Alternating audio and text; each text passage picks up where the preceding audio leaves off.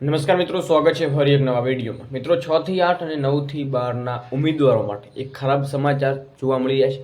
સાથે સાથે મિત્રો જો વિભાગ નિર્ણય લે છે તો ખુશખબરી પણ જોવા મળી જશે।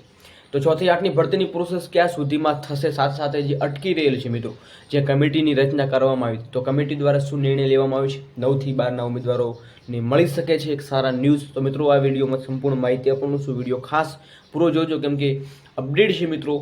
ચોક્કસ હવે કંઈ ના કંઈ બધા ઉમેદવારોને જે લાંબા સમયથી રાહ જોઈને બેઠેલા હતા એવા ઉમેદવારોને ખરાબ સમાચાર પણ જોવા મળી શકે છે। તો શું છે અપડેટ, થોડી વિગતવાર જાહેરાતની અપડેટ આપી મિત્રો। તમે જોઈ રહ્યા છો અહીંયા ધોરણ 6 થી 12 સુધીની ભરતી પ્રક્રિયા અટવાઈ ગઈ છે। વિલંબથી હજારો વધુ ઉમેદવારો નિરાશા જોવા મળી રહી છે। ધોરણ 9 થી 12 પહેલેથી જ આપેલી જાહેરાત મિત્રો અટકી ગઈ છે।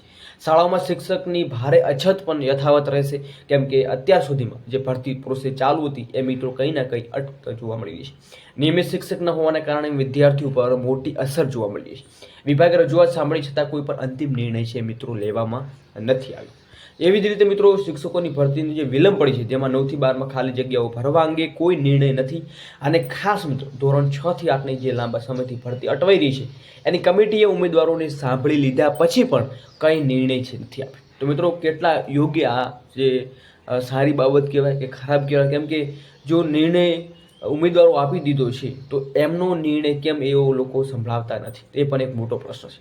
તો મિત્રો આ મુદ્દે આપણા શિક્ષણ મંત્રી છે મિત્રો, હોનાર શિક્ષણ મંત્રી, એમને એક નિવેદન આપ્યું છે અને વિડીયો આપણે મૂકવા જઈ રહ્યા છે, તો ખાસ બનાવી રહેજો। ટૂંક સમયમાં એનો વિડીયો આપી દેશે। ત્યાં સુધી જય હિન્દ, જય ભારત।